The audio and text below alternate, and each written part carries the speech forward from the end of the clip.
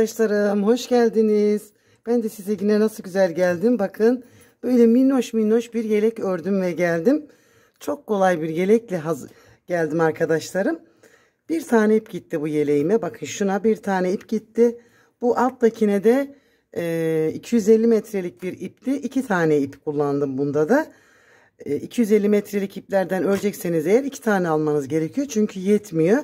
Bu da 300 metrelik bir ipti. Ve tam yetti. Çok az bir şey kaldı. Bakın şöyle göstereyim. 300 metrelik bir ipten de şu kadarcık bir ip kaldı. Yani çok az bir şey kaldı. Ve böyle pratik bir şekilde örülen bir yelek. Bağcık yaptım buna. Öbürünün bağcığını daha yapmadım. Kol kenarlarında böyle minik tığlamalar. Önünde de 3 tane düğmeli. Ve altlarında bakın etek uçlarında da böyle kibar minik tığlamalarla size yeleği anlattım. Şimdi birlikte öreceğiz. Abone değilseniz önce abone olarak benimle birlikte örmeye başlayabilirsiniz. Yeni videolarımdan haberdar olabilirsiniz. Şu ipi kullandım arkadaşlar. Bu yeleğimdeki kullandığım ipim bu Polosu Sandy Baby. Bakın şöyle 100 gram 300 metrelik bir ip ile ördüm ve yumuşacık oldu. Gerçekten çok hafif ve çok yumuşak bir yelek elde ettim. Şimdi arkadaşlarım kullandığım tığım ise 3 milimlik bir tığ kullandım. Ve başka da düğmelerim var. Düğmelerinizi ona göre ayarlayarak dikebilirsiniz. Ben biraz büyük düğme sevdiğim için bakın büyük düğmeler kullanıyorum. Bayağı da almıştım bu düğmelerden.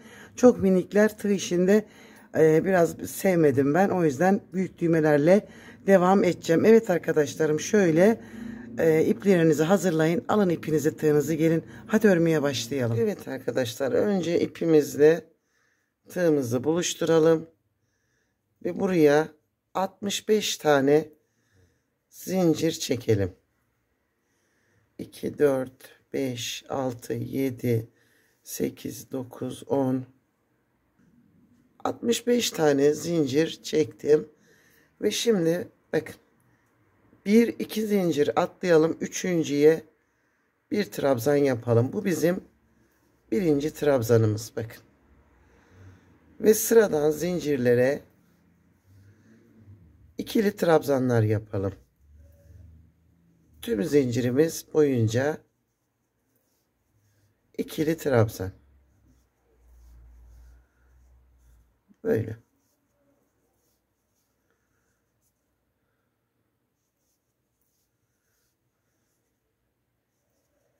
Bakın hepsine tek tek batalım ve bu sırayı böyle tamamlayalım.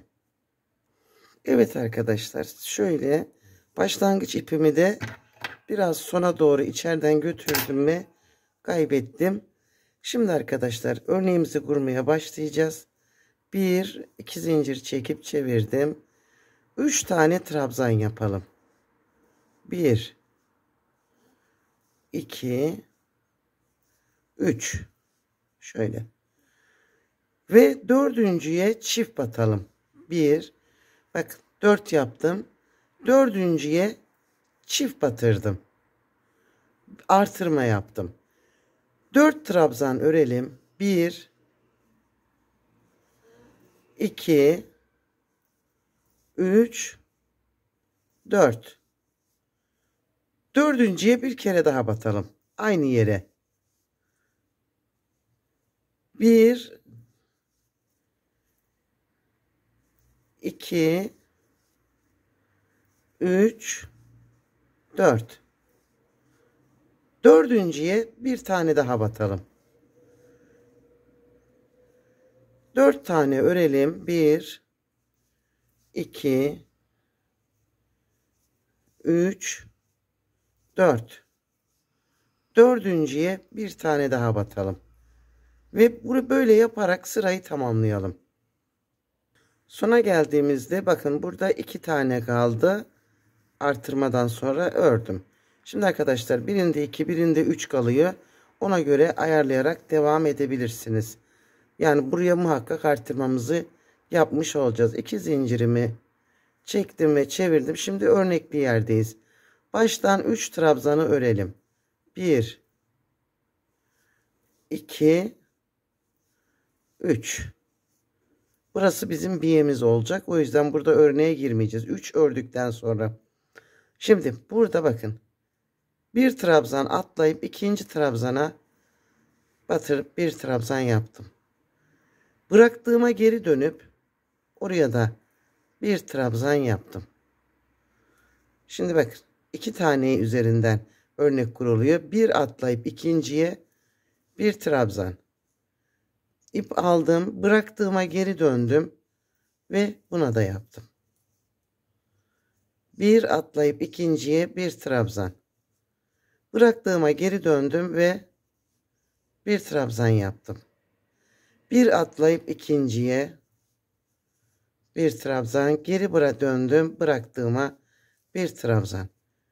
Şimdi arkadaşlar son 3 kalana kadar 3 ya da 4 fark etmiyor.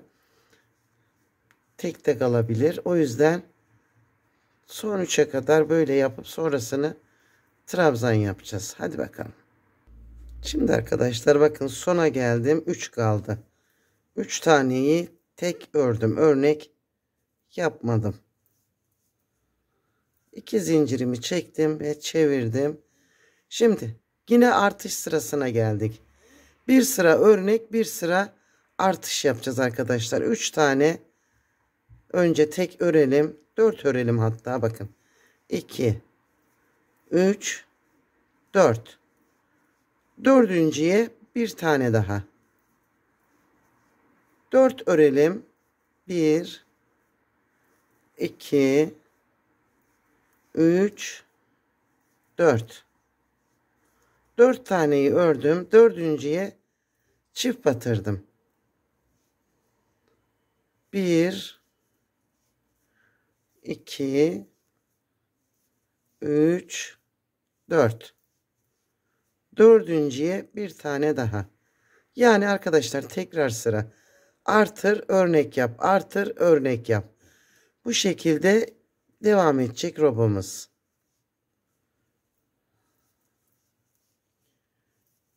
3 4. Mantık bu. Evet arkadaşlarım, şimdi örelim. Artırma sırasından sonra örnek. Örnekten sonra artırma sırası, bu şekilde 4 örnek sırası ve en son artırma sırasıyla robamızı tamamlamış olacağız. Şimdi hep aynı şeyi anlatacağım. Boşuna kafanızı ütülemeyin. O yüzden örelim ve gelelim. 4. Evet arkadaşlar, robamız hazır. Bakın. 4 örnek sıram var. 4 tane örnekli sıram. En son sıramda da artırma yaptım bakın. Artırma yaparak bu robayı tamamlayacağız. Şimdi arkadaşlar çok kolay bir şekilde hemen ayraçlarınızı alın. Ve sayıları sayalım. 1, 2, 3, 4, 5, 6, 7, 8, 9, 10, 11, 12, 13, 14, 15, 16, 17, 18, 19, 20, 21, 22, 23, 24. 24 tane ön için bakın tam araya bir işaret attım. Şöyle. Şu önümüze gelecek. 24. Tekrar buradan 42 tane sayalım. 2, 4, 6, 8, 10, 12, 14, 16, 18, 20, 22, 24, 26, 28, 30, 32, 34, 36, 38, 40, 42. 42 tane de kolumuz için buraya tam ikisinin arasına bir ayraç atalım. Şöyle. Kolu 42 tane bırakacağız ve bu gayet güzel bir ölçü. Bu tarafı çevirelim. Ve yine başlayalım saymaya. 2, 4, 6, 8, 10, 12, 14, 16, 18, 20, 22, 24. 24 tane ikinci önümüz için. Şöyle. 42 tane kolumuz için. 2, 4, 6, 8, 10, 12, 14, 16, 18, 20, 22, 24, 26, 28, 30, 32, 34, 36, 38, 40, 42. Şurada sayılar yazıyor arkadaşlar. Ve kalan kısmı da arka için bırakacağım. Şöyle arkayı hiç saymayalım. Gerek yok. Şimdi şöyle. Ve burada şu örneğimizin bakın bu örneğimizin zeminini yaparak örmeye başlayacağız. Hem de kollarımızı bırakacağız. 2 zincir çektim ve çevirdim. Baştan 3 tane trabzanı örelim. 1 2 3 3 tane trabzanımı ördüm ve bakın burada şimdi bir atlayıp ikinciye bir atlayalım, ikinciye bir trabzan yapalım. Bir zincir çekip tekrar aynı yere bir trabzan daha yapalım. Bakın böyle. Eğer zinciri çok sıkı çekiyorsanız buraları 2 de çekebilirsiniz. Şimdi 2 atlayalım. 1 2 üçüncüye bir trabzan. Bir zincir, tekrar aynı yere bir trabzan. 2 atlayalım. 1 2 üçüncüye bir trabzan. Bir zincir, tekrar bir trabzan daha. Bakın böyle V'ler oluşturacağız. 1 2 üçüncüye bir trabzan, bir zincir, bir trabzan. Şimdi işaret attığımız yere doğru gideceğiz arkadaşlar. Bakın.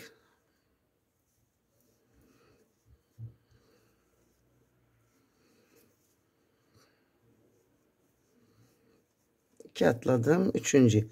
Şimdi bakın işaretimin olduğu yerde bir tane trabzanım var. Bu işaret attığımız yer var ya, ara. Şu araya da bir tane trabzan, bir zincir, bir trabzan. Bir tane daha burada öne katmış oldum. Bakın böyle. Hiç zincir çekmeden kolu bıraktım. Ve aynı şekilde bu işaretin olduğu yere, bakın işaretin olduğu yere, yani ara boşluğa, bakın şöyle ara boşluğun içine bir tane trabzan, bir zincir, bir trabzan. Buraya da bir tane yuva yapmış olduk. Şöyle. Şimdi burada yine bir atlayıp, bakın bir atlayıp ikinciden V'leri yapmaya başlayalım. Ta ki öbür işaretimize kadar.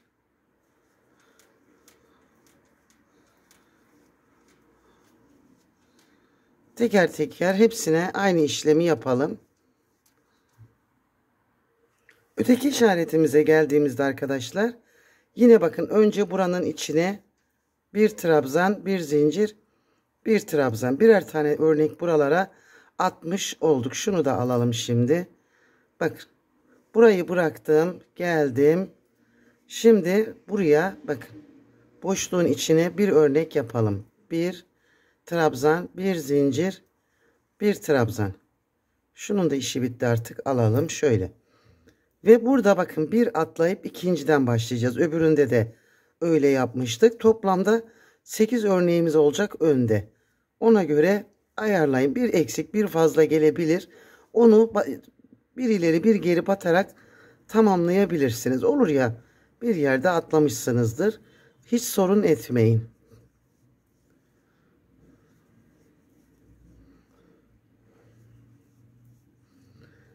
Böyle bakın.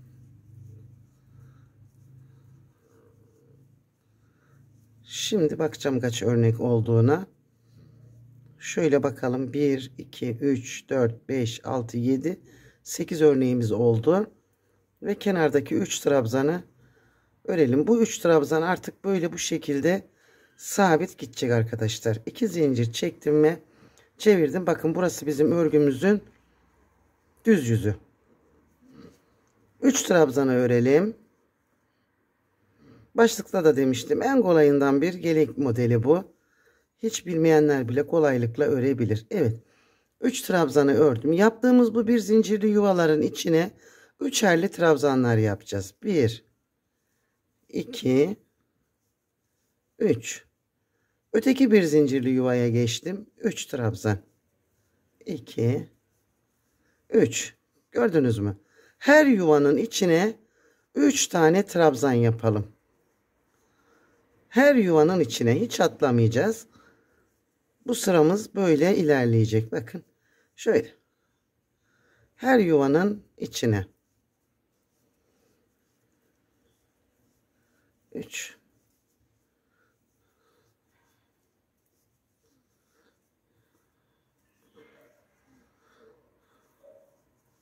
Şimdi bakın koltuk altında da bir değişiklik yok. Oraya geleyim diye durdurmadım.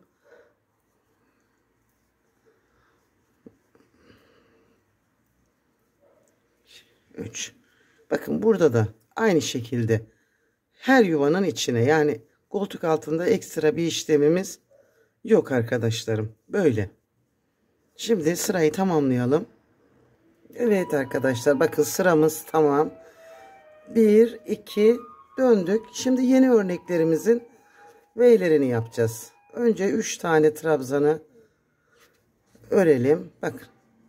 Şimdi üçerli trabzanlar yapmıştık ya. V'lerimizi bu 3 trabzanın ikincisinin üzerine, yani bir atlayalım. İkinciye bir V yapalım. Şöyle. Bakın üst üste gelecekler. 1 2 atlayıp üçüncünün üzerine. Bir zincir, bir trabzan. V'lerimizi böyle yapacağız. Bakın. 3 trabzanın ikincisi. Buradan saydığımızda üçüncü. 1 2 3. Bir V yaptım. Şöyle.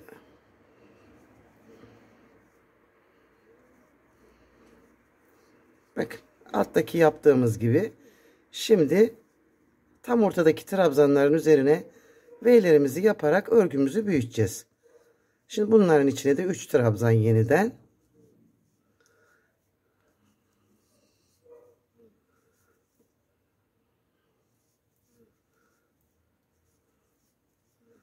Tam ortadaki trabzanın üzerine V'lerimizi yapıyoruz. Evet arkadaşlarım, örelim şimdi. Evet arkadaşlarım, şöyle yeleğimin boyunu burada bırakacağım ben. Bakın kaç örnek yaptım. 1 2 3 4 5 6 7 8 örnek yaptım ve tamamladım. Düz yüzdeyim. Bakın üçlü trabzanlarını yaptım. Şimdi arkadaşlar buradan tığlamaya başlayacağız. Yakayı döneceğiz. Tekrar burayı tığlayıp etek ucunda da ayrı bir tığlama yaparak yeleğimizi inşallah tamamlamaya başlayacağız. Bakın şimdi burada sondayım. Bir zincir çektim ve hemen buraya dibine batırdım.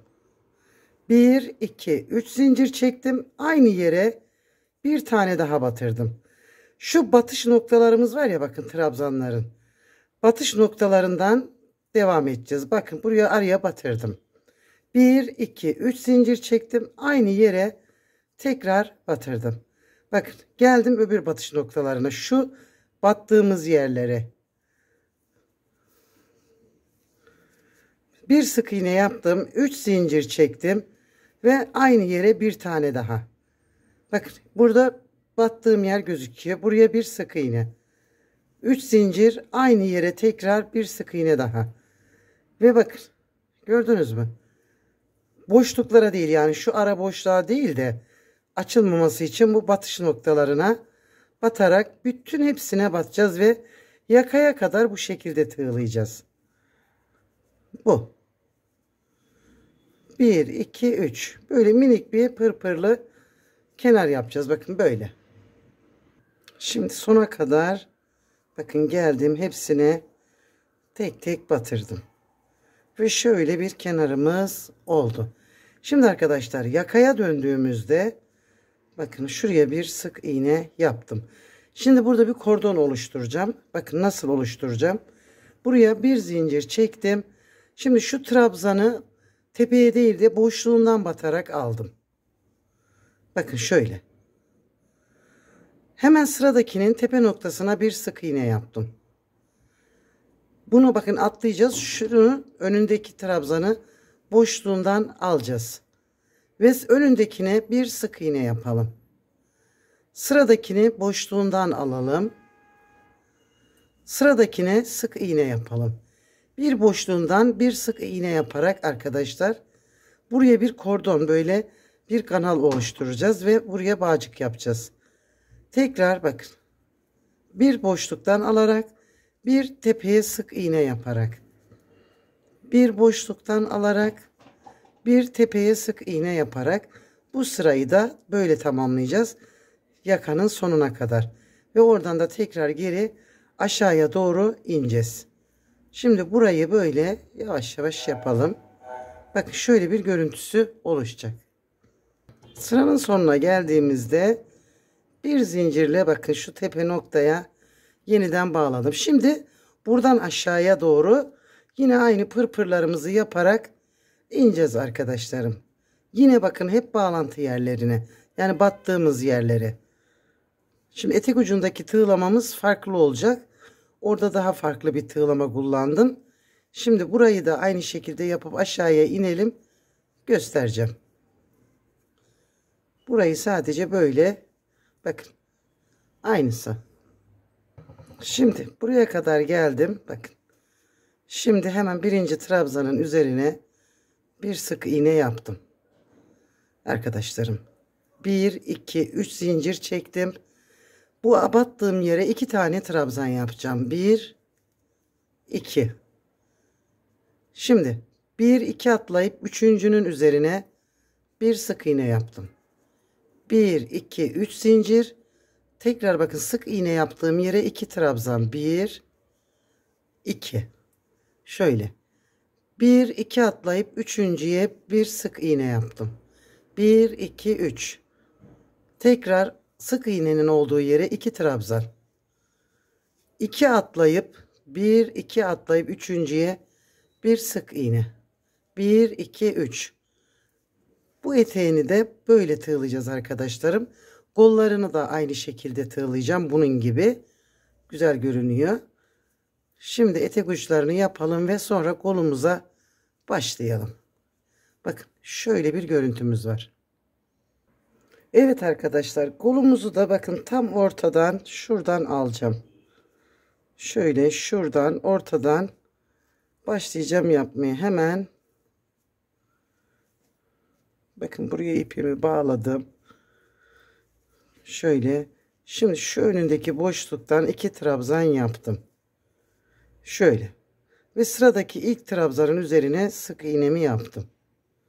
1, 2, 3. Ve buradan şimdi aynı mantıkta 2 atlayıp üçüncüye bir sık iğne. 1, 2, 3. Aynı yere 2 tane. 2 tane atlayalım. 1, 2, üçüncüye bir sık iğne. 1, 2, 3. Ve aynı şekilde örneğimizi burada ilerleteceğiz. Umarım buraya kadar sabredip izlemişsinizdir. Bu güzel ve kolay kibar bebek yeleğimi paylaşarak destek çıkarsınız. Değerli yorumlarınızı ve beğenilerinizi esirgemezsiniz. Çünkü çok pratik ve kolay bir yelek modeli anlattım size. Tıkır tıkır örüp geçebilirsiniz.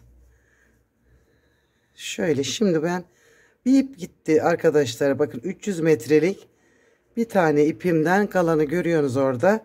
Az bir ipim kaldı. Onunla da bağcığımı yaparım ve yeleğimi tamamlarım.